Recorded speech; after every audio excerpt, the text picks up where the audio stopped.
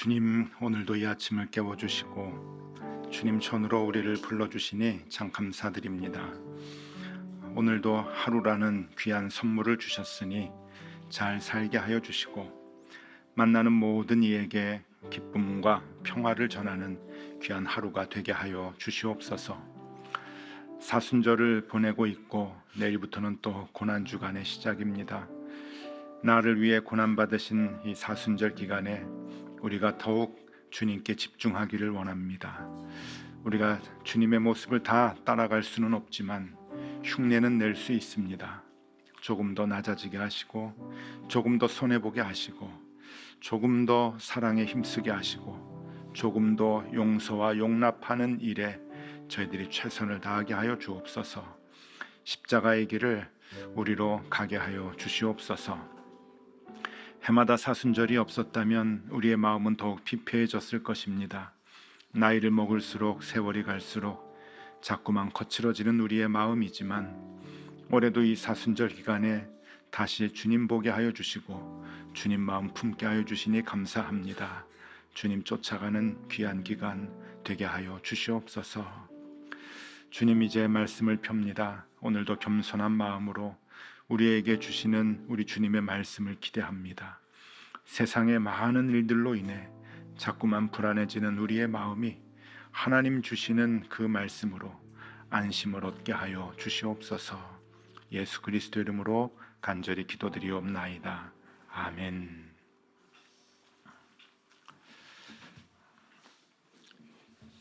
하나님의 말씀 함께 보겠습니다. 하나님의 말씀은 마가복음 14장 12절에서 21절까지의 말씀을 우리 한 절씩 교독하시겠습니다. 제가 먼저 봅니다.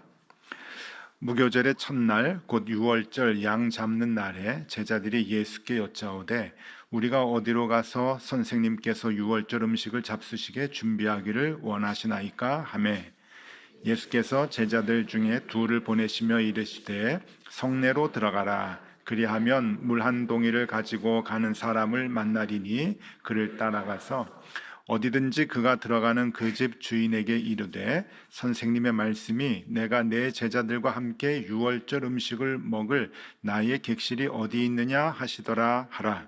그리하면 자리를 펴고 준비한 큰 다락방을 보이리니 거기서 우리를 위하여 준비하리라 하시니 제자들이 나아가 성내로 들어가서 예수께서 하시던 말씀대로 만나 유월절 음식을 준비하니라. 저들매 그 12를 데리고 가서 다 앉아 먹을 때에 예수께서 이르시되 내가 진실로 너희에게 이르노니 너희 중에 한 사람 곧 나와 함께 먹는 자가 나를 팔리라 하신대 그들이 근심하며 하나씩 나는 아니지요 하고 말하기 시작하니 그들에게 이르시되 12 중에 하나 곧 나와 함께 그릇에 손을 넣는 자니라. 인자는 자기에 대하여 기록된 대로 가거니와 인자를 파는 그 사람에게는 화가 있으리로다. 그 사람은 차라리 나지 아니하였다면 자기에게 좋을 뻔하였느니라 하시니라. 아멘. 잘 지내셨죠? 네, 잘 주무셨고요. 일교차가 무척 심한 요즘인데 감기 조심하시길 바랍니다. 네, 오늘 이제 고난 주간을 하루 앞두고 있는데 오늘 또 그 말씀이 이제 그 유월절 그 예수님께서 예루살렘에 입성해서 지금 이제 잡히시던 날 그 저녁에 최후의 만찬을 하는 그 일을 우리가 말씀으로 보고 있습니다. 유월절 만찬의 의미를 이제 알기 위해서는 이것을 정확하게 알기 위해서 우리가 그 예수님께서 하셨던 그 말씀 중에 굉장히 그 크게 야단을 치셨던 그 말씀을 좀 이해할 필요가 있습니다. 예수님께서 뭐 이제 그 독사의 자식들아 막 이제 그런 욕도 하시고 이제 그러셨는데 정말 큰 욕 중에 큰 욕은 사탄아 물러가라라고 하는 욕이거든요. 근데 우리는 이제 예수님의 이제 말씀을 쫓아서 우리도 그 일상 중에 누가 뭐라 그러면은 기분 나쁘면 사탄아 물러가라 뭐 이렇게 얘기를 많이 하는데 이게 좀 조심할 필요가 있습니다. 우리 예수님 쫓아간다고 예수님이 막 화내고 상을 뒤엎고 정의에 불타가지고 이제 그런 걸 보면은 우리도 뭐 교회 내에서 혹은 밖에서 부조리한 것들 보면은 막 화를 내고 그러는데 예수님은 일생에 한 번 화내셨거든요. 한 번. 그러니까 우리도 그 비율로 이제 화를 내보자 이거죠. 그러니까 자주 내지 마시고 우리도 일생에 예수님 33년에 한 번이니까 우리는 한 3번 정도 제가 허락해 드리겠습니다. 그러니까 크게 화내는 거 한 3번 정도 하시고 사탄아 물러가라 라고 하는 게 예수님 자주 쓴 말씀이 아니고 딱 2번 쓰셨어요. 잘 모르셨죠, 여러분? 우리가 자주 쓰니까 자주 듣고 교회 분쟁이 나고 막 그러면은 상대편에게 사탄아 물러가라 이제 막 그러는데 예수님 딱 2번 쓰셨습니다. 언제 쓰셨는가 하면은 광야에서 시험 받으실 때, 사탄의 시험 받으실 때 그 3가지 시험 했잖아요. 돌 가지고 떡 만들어라 뭐 그러기도 하고 떨어져라 뭐 나한테 절하라 이제 그랬는데 그걸 다 물리치셨어요. 그리고 난 뒤에 마지막에 사탄아 물러가라 라고 하는 말씀을 하셨습니다. 그러니까 굉장히 그 아주 중요한 그 예수님의 그 분노에 대한 그 마음을 그렇게 이제 말씀으로 표현을 한 거죠. 근데 또 한 번이 있는데 이 또 한 번은 사탄에게 하신 게 아니고 베드로에게 하셨어요. 마태복음 16장에 보면은 가이사라 빌립보라는 곳에 이제 데리고 갔죠. 그 가이사라 빌립보는 요즘 말로 하면은 신도시입니다. 빌립보라고 하는 이 분봉 왕이 그 이스라엘 북동쪽 꼭대기에 그 이제 가이사랴라고 하는 그 도시를 만들었어요. 그러니까 그 왕에게 이제 로마 황제에게 바친 거죠. 가이사랴가 이제 시저라고 하는 뜻이잖아요. 황제 이름을 붙여가지고 그 빌립보 황제 이름을 붙여서 이제 가이사랴 빌립보라 이제 그랬어요. 그래가지고 이제 거기에 신전을 만들었는데 어마어마한 신전입니다. 지금 가봐도 그 흔적이 어마어마하게 남아 있어요. 거기 제자들 데리고 가서 물어보는 거죠. 사람들이 나를 누구라 하느냐? 그랬더니 뭐 제자들이 이런저런 대답을 하는데 너희는 나를 누구라 하느냐? 그때 베드로가 대답을 하죠. 주는 그리스도시요 살아계신 하나님의 아들입니다. 그러면서 베드로가 칭찬을 많이 받아요. 그러면서 이 베드로와 제자들 앞에서 예수님께서 이제 고난받고 이제 죽을 것을 처음으로 얘기를 합니다. 처음으로 얘기를 했을 때 베드로가 발끈하죠. 성경에 보면은 항변했다 이제 그래요. 그래서 발끈해가지고 안 됩니다. 그런 일이 예수님에게 미쳐서는 안 됩니다. 그러니까 그런 대답에는 이제 내가 막을 겁니다. 우리가 막아드릴 겁니다. 라고 하는 그런 얘기를 할 때 예수님께서 베드로에게 사탄아 내 뒤로 물러가라 라고 엄청난 말씀을 하십니다. 그게 마태복음 16장 21절에서 23절에 나오는데 제가 한번 읽어드릴게요. 이때로부터 예수 그리스도께서 자기가 예루살렘에 올라가 장로들과 대제사장들과 서기관들에게 많은 고난을 받고 죽임을 당하고 제3일에 살아나야 할 것을 제자들에게 비로소 나타내시니, 그러니까 처음으로 얘기하시는 거예요. 내가 이제 죽을 거다. 그러니까 22절 베드로가 예수를 붙들고 항변하여 이르되 주여 그리 마옵소서 이 일이 결코 주께 미치지 아니하리이다. 아유, 우리가 다 막아드릴 겁니다. 절대로 안 됩니다. 이제 그런 뜻이고요. 23절 예수께서 돌이키시며 베드로에게 이르시되 사탄아 내 뒤로 물러가라. 너는 나를 넘어지게 하는 자로다. 내가 하나님의 일을 생각하지 아니하고 도리어 사람의 일을 생각하는도다. 예, 사탄아 뒤로 물러가라라고 이제 얘기를 하신 그 이유는 네가 하나님의 일을 생각하지 않고 사람의 일을 생각하는구나라고 하는 거예요. 하나님의 일이 뭔가 하면은 예수님이 십자가에 못 박혀 살이 찢기고 피를 흘리시는 일입니다. 그렇게 해서 죽이시는 게 하나님의 계획이죠. 그 계획을 위해서 지금 하나님께서 그 계획대로 가고 이제 있는데 하나님의 계획대로 하나님이 진행을 하고 있는데 그거를 막으려고 하니까 그 사탄의 이제 계략이라는 거예요. 사탄아 물러가라.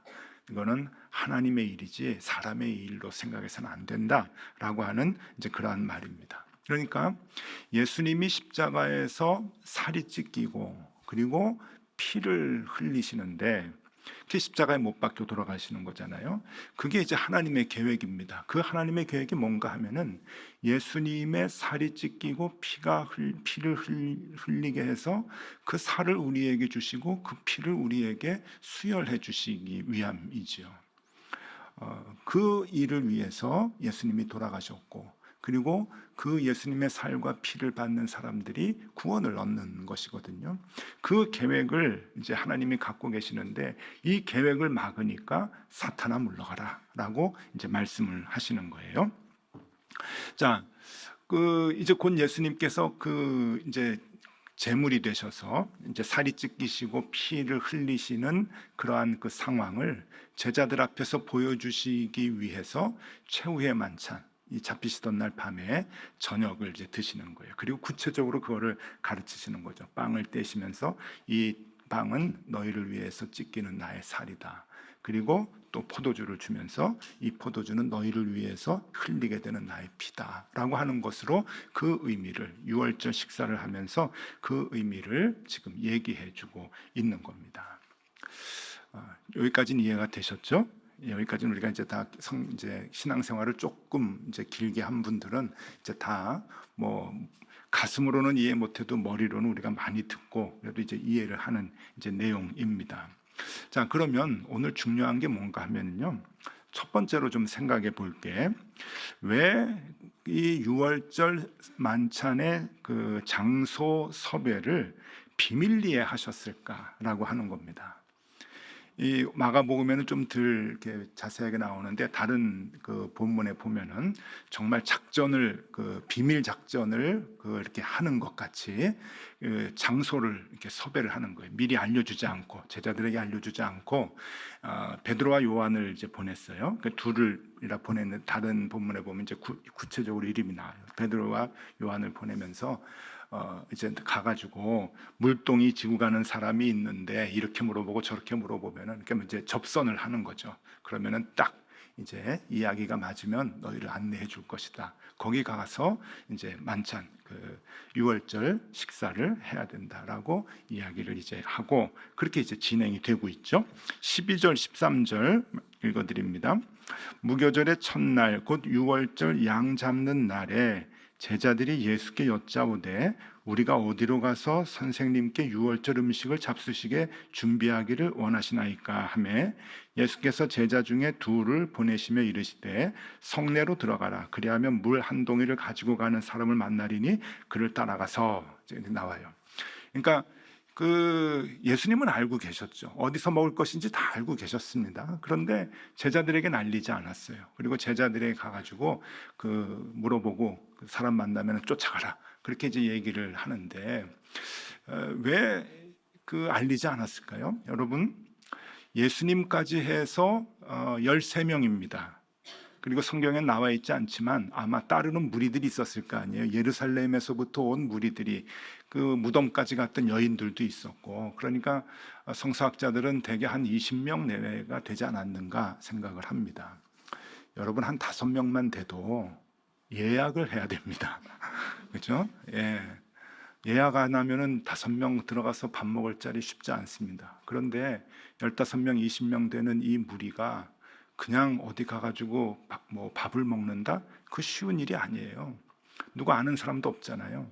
그런데 예수님은 다 알고 계셨고 선정이 다 됐단 말이죠. 근데 그 집을 가는데 제자들에게 알려주질 않아요.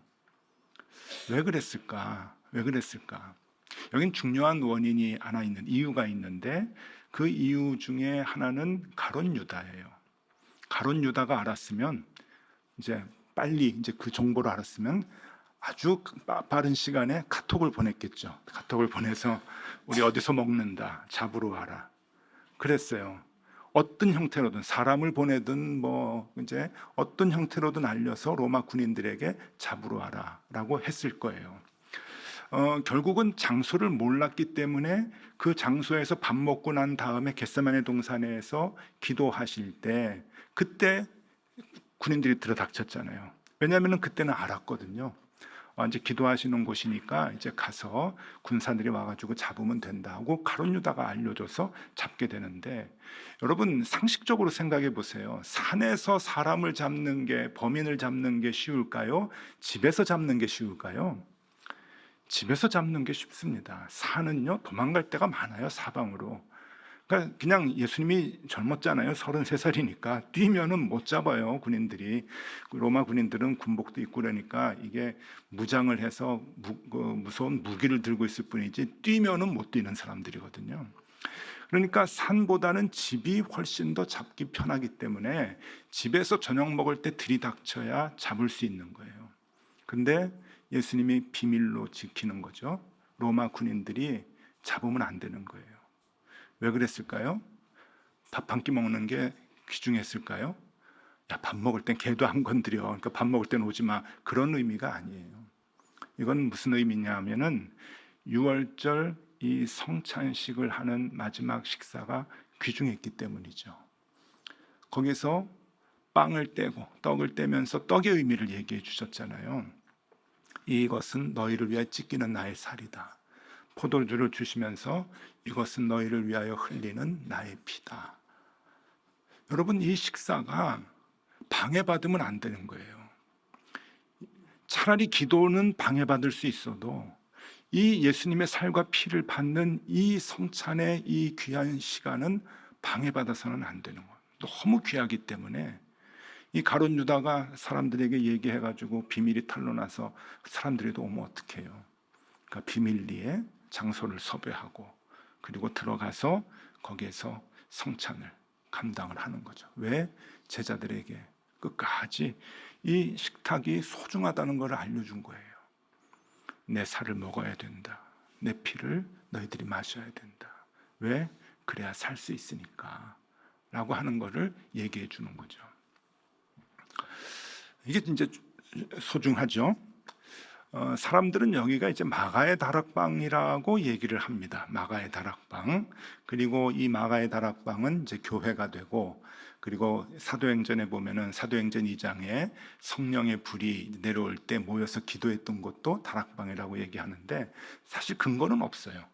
성경 어디를 봐도 여기가 마가의 다락방이라고 얘기는 하지 않는데, 이게 왜 마가의 다락방이 됐는가 하면은 6세기경에 이제 가톨릭에서 마가의 다락방으로 해석을 했어요. 여기가 마가의 다락방이다. 그래가지고 이제 정했거든요. 그리고 지금도 성지 순례 가면은 이제 마가의 다락방이 있는데, 그건 옛날이 아니고 12세기에 지어진 건물이에요. 그냥 대충 이 동네일 것이다라고 하는 것만 있지. 그래서 우리는 이 만찬의 모습이 레오나르도 다빈치가 그렸던 그 만찬의 모습도 분명히 아니고, 지금 성지순례 가면은 마가의 다락방이라고 보여지는데도 분명 아닙니다. 그러니까 우리가 오해를 하면 이제 안 돼요. 그리고 마가의 다락방인지도 몰라요. 마가의 다락방이라고 얘기하는 유일한 그 근거는 사도행전 12장 12절 말씀인데, 사도행전 12장 12절에 베드로가 예루살렘에서 옥에 갇혔거든요. 그래서 이제 곧 죽을, 이제 야고보도 죽었고 이제 순교당했고, 그다음 베드로 차례인데 천사가 나타나서 옥에서 건져줘요. 그래서 이 베드로가 밤에 옥에서 나와가지고 그 기도하던 사람들에게를 갔는데 거기가 마가의 집이라고 얘기를 합니다. 그게 사도행전 12장 12절에 나오는데요. 이렇게 나와요. 깨닫고 마가라 하는 요한의 어머니 마리아의 집에 가서 여러 사람이 거기에 모여 기도하고 있더라. 마리아의 집에 가니까 여러 사람이 모여서 기도하고 있었다. 마가의 어머니의 집이었다. 이제 그런 거예요. 요 근거 하나로, 요 말씀 하나로 성령이 내려온 것도 마가의 다락방이고, 최후의 만찬을 한 것도 마가의 다락방이라고 얘기를 하는데, 뭐 마가의 다락방 뭐 그럴 수도 있고 아닐 수도 있고 그래요. 근데 그건 중요한 건 아니에요. 중요한 건 아니고, 중요한 것은 이 그 다락방에서 이제 만찬을 하는데 그것이 그렇게 중요했기 때문에, 예수님께서 살을 떼어주시고 피를 우리에게 주시는 것이, 제자들에게 주는 것이 그렇게 중요했기 때문에 그 시간이 끝까지 진행되도록, 완성이 되도록, 완주하도록, 그러니까 그것을 다 주기까지 그것을 방해받지 않도록 소중하게 지키셨다라고 하는 것을 우리가 기억을 하면 좋겠습니다. 예수님의 살을, 예수님의 피를 우리가 제자들이 이제 함께 그것을 먹고 마시는 것은 그만큼 중요했다고 하는 거예요. 자, 한 가지 더 생각해 볼 것은 그러면 왜 유월절 만찬은 중요한가 하는 거예요. 그게 왜 중요한가? 출애굽기로 올라가야 됩니다. 출애굽기에서 유월절 만찬이 뭐였나요? 굉장히 급할 때였어요. 위급했을 때. 그러니까 이제 애굽에서 이제 도망쳐 나갈 때잖아요. 막 모든 집안의 모든 이제 장자들이 다 죽고 짐승들이 다 죽고 모든 애굽 사람들이 다 초상집이 됐고 지금 그 이스라엘 사람들은 벌벌 떨면서 짐을 막 싸가지고 이제 자기가 살던 곳을 도망 나가는 거예요. 그리고 바로는 화가 나가지고 이제 막 군사를 이제 대령해가지고 쫓아오는 그런 급박한 상황에 누룩을 넣어가지고 빵을 반죽을 부풀려서 화덕에 넣어서 빵을 먹을 시간이 없었잖아요. 그래서 누룩을 넣지 못하고 그냥 밀가루 반죽만 해서 불에 대충 구워가지고 먹었던 것이 유월절 식사였습니다. 아이고 급하면 그냥 굶고 가야지 뭘 또 챙겨 먹고 가나. 왜 챙겨 먹었을까요? 하나님이 식사하라 그랬어요. 유월절 식사를 누룩을 넣지 말고 해라. 왜 그랬을까요? 이건 밥심이에요. 밥심. 예? 이제 이 사람들이 어딜 가는 거예요? 광야로 가는 거잖아요. 홍해를 건너야 되는 거예요. 밥 못 먹어요. 그러니까 먹고 가라. 먹고 가라. 너희가 광야를 지날 때 다음 식사를 할 때까지 이제 못 먹어. 그러니까 밥심으로 가야 돼. 그러니까 먹고 가야 돼. 너희가 가야 되는 곳은 광야야. 너희가 가는 곳은 홍해를 건너는 거야. 먹고 가. 하나님이 챙겨주시는 거예요. 그래서 먹고 가는 거죠. 여러분, 예수님께서 우리에게 살과 피를 주시는 것은 먹고 가라고 하는 의미가 있어요. 먹고 가라. 왜 우리가 어디를 갑니까? 광야로 나가는 거잖아요. 예수를 믿는 것은 이제 순례의 길을, 우리의 정체성을 깨닫고 십자가의 길로 가는 거예요. 근데 밥심이 있어야 되거든요. 그 밥심이 없으면 우리는 견디지 못해요. 홍해에 다 빠져 죽고 광야에서 다 지쳐 죽고 그러는데 그것을 이겨내기 위해서 하나님께서 우리에게 밥을 주시는 거죠. 유월절 식탁을 주시는 거예요. 그게 뭐예요? 예수 그리스도의 살과 그리스도의 피예요. 그거를 우리가 먹지 않으면 이겨낼 수가 없는 거예요. 이 순례의 길을. 여러분 옛날 어머니들은 맨날 자녀들 얼굴만 보면은 밥 먹었냐? 밥 먹었냐? 저희 어머니는 맨날 그러셨어요. 밥 먹었니? 학교 갔다 오면 너 밥 먹었니? 그렇게 물어볼 게 없으신가? 내가 밥 한 끼 안 먹는다고 뭐 죽나? 그게 그렇게 싫었어요. 어머니가 그렇게 물어보는 게 그게 그렇게 싫었어요. 근데 제가 지금 우리 딸한테 전화를 하면은 우리 딸 34살 됐습니다, 올해. 그래도 전화를 하면은 제일 먼저 하는 말이 뭔지 아세요? 밥 먹었니? 밥 먹었니? 부모의 마음인 거예요, 그게. 너 밥은 먹고 사냐? 밥 먹었니? 그게 제일 관심이 있어요.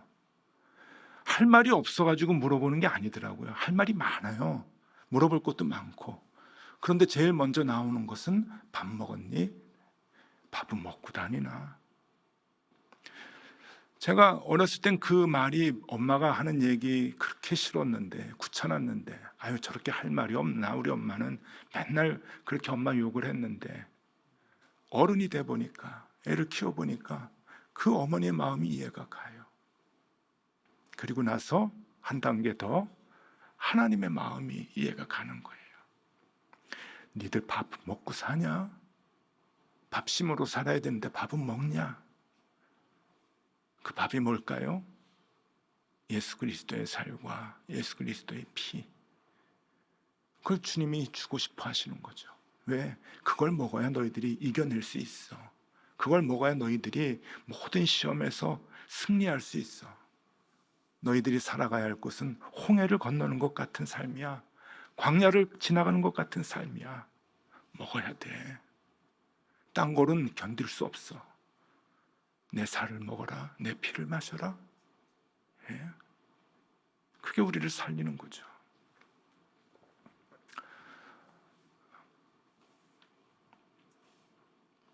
저는 누가 뭐라 그래도 토요일 아침밥이 제일 맛있습니다. 한 주일 21끼 중에 제일 기다려지는 식사가 토요일 아침이에요. 여러분도 마찬가지시죠? 제일 맛있어요. 토요일 아침이 왜 제일 맛있는 줄 아세요? 왜 맛있을까요? 제가 곰곰이 생각해 봤어요. 여러분, 세상에서 밥을 먹더라도 혼자 먹는 건 맛이 없잖아요. 누구하고 같이 먹어야 맛있고, 또 좋아하는 사람이면 더 맛있고 그러잖아요. 그러니까 누구랑 먹느냐가 중요하지 무엇을 먹느냐는 그렇게 중요하지 않아요. 근데 토요일 아침 밥이 맛있는 것은 말씀과 같이 먹어요. 그렇죠? 영적 양식도 먹고 육적 양식도 먹고, 그러니 맛이 없을 수가 없어요. 여러분, 예배가 뭘까요? 예배는 하나님께서 우리에게 밥을 주시는 시간이라고 저는 이해를 해요. 밥은 먹었냐? 물어보는 게 예배 시간이에요. 그래서 하나님께서 우리에게 밥을 주시는데 그 밥이 뭘까요? 예수 그리스도. 예수 그리스도를 우리에게 주시는 시간이죠. 왜? 우리가 또 일주일 살아가려면은 이겨야 되잖아요. 광야 같은 세상에서. 그렇죠? 홍해를 건너는 것 같은 그러한 난관이 우리의 삶 속에 있는데 이겨내려면 밥 먹어라. 밥심으로 살아야지. 그러고서는 예수 그리스도의 살과 피를 우리에게 주십니다. 그게 예배의 시간이죠. 그러니 여러분, 힘들고 어려운 그 삶의 연속이 우리의 인생인데 우리에게 꼭 필요한 건 밥심입니다. 밥심. 그 밥심이 무엇이냐? 예수 그리스도의 살과 예수 그리스도의 피. 그래서 이 살은 우리를 생명으로 인도하는 생명의 떡이고, 그리고 이 피는 생명의 음료로다. 우리 주님께서 말씀하셨잖아요.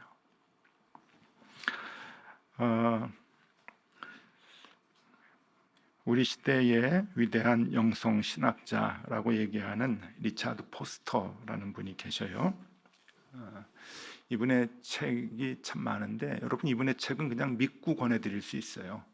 C.S. 루이스 같이 이 리차드 포스터도 퀘이커 교도인데 굉장한 그 영성을 이제 갖고 있으셔요. 그래서 많은 그 목회자들이나 기독교인들에게 참된 영성에 대한 이야기를 참 많이 해주셔요. 그래서 이분 리차드 포스터의 책들을 보면은 우리가 어떻게 영성을 간직하고 생활할 수 있는가 하는 것을 이제 알 수가 있는데, 이분이 이런 얘기를 해요. 예배는 하나님께서 우리에게 필요한 것이 무엇인지를 알고 하나님이 우리에게 필요한 것을 주시는 시간입니다. 그렇죠?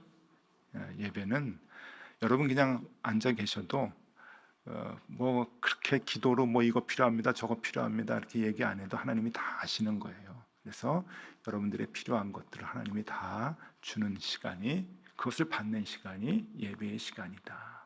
예배의 시간이다. 근데 저렇게까지만 얘기하면은 오해가 좀 많은데 그 뒤에 뭐라고 얘기하시는가 하면은 우리에게 가장 필요한 것은 예수 그리스도입니다. 예수 그리스도입니다. 그렇잖아요. 예수 그리스도를 우리에게 주시는 시간이죠. 주님께서 유월절에 빵을 떼시면서 너희를 위하여 찢기는 나의 살이다. 잔을 주시면서 이것은 너희를 위하여 흘리는 나의 피, 언약의 피다. 그 예수 그리스도, 그 예수 그리스도를 받는 시간이 예배의 시간이다. 그렇게 얘기해 주고 있습니다. 우리 오늘 6월절 만찬의 의미가 무엇인가 하는 것을 우리가 같이 생각해 봤습니다. 왜 예수님은 그렇게 비밀스럽게 식사 자리를 찾으셨을까? 비밀로 하셨을까? 이 만찬이 끝까지 완결되기 위해서, 성공적으로 이 만찬이 다 맞춰지기 위해서. 왜? 그게 그렇게 중요했기 때문에 그런 거죠. 유월절 만찬의 의미가 무엇인가? 그게 왜 중요했는가? 그걸 먹어야 우리가 살기 때문에, 제자들이 그걸 먹었기 때문에 살아났잖아요. 여러분, 우리도 늘 그 예수 그리스도를 우리의 양식으로 삼아서, 말씀을 양식으로 삼아서 우리가 이 땅을 승리하며 살아가야 할 것입니다. 자, 성찬 참 중요하고요. 또 매주 우리는 성찬 안 하지만 예수 그리스도의 말씀, 그 말씀이 곧 주님이잖아요. 그 말씀이 우리의 삶에서 양식이 되어서 우리의 삶을 승리의 삶으로 인도해 주실 것입니다. 그 주님 늘 의지하고 생명을 얻고 승리를 얻는 저와 여러분들이 다 되실 수 있기를 바랍니다. 기도하겠습니다. 아니, 기도가 아니고 찬송. 자, 6월절 어린 양의 피로 우리 같이 부르고 기도하겠습니다.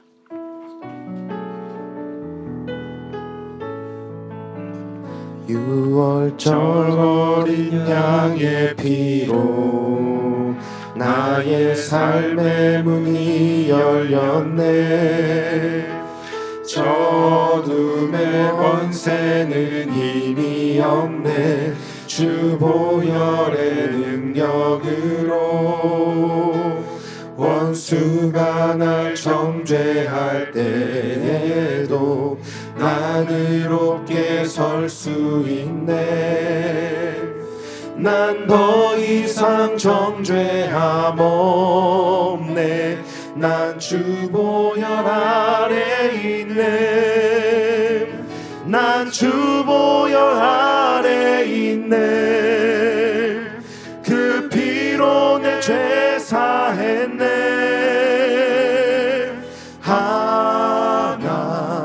하나님의 긍휼 날 거룩해 하시었네. 난 주 보혈 아래 있네. 난 원수의 어떠한 공격에도 더 이상 넘어지지 않네. 난 주 보혈 아래 있네. 난 주 보혈 아래 있네. 그 피로 내 죄 사했네. 하나님의 긍휼 날 거룩해 하시었네. 난 주 보혈 아래 있네. 난 원수의 어떠한 공격에도 더 이상 넘어지지 않네. 난 주 보혈 아래 있네.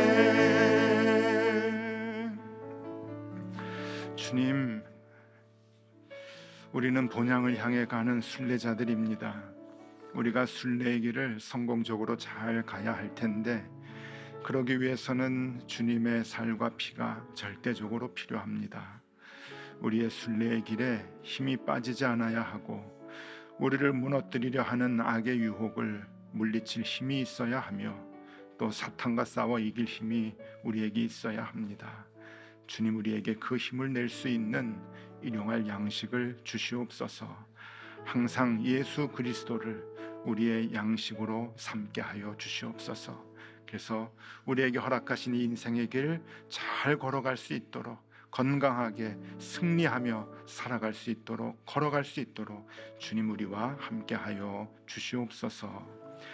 이제는 우리 구주 예수 그리스도의 은혜와 하나님 아버지의 사랑과 성령님의 교통하심이 오직 주님을 나의 양식으로 삼아 주님 주시는 힘으로 이 순례의 길 끝까지 성공적으로 완주해야 할 사랑하는 모든 자녀들 머리 위에 언제나 함께 하시기를 간절히 축원하옵나이다. 아멘.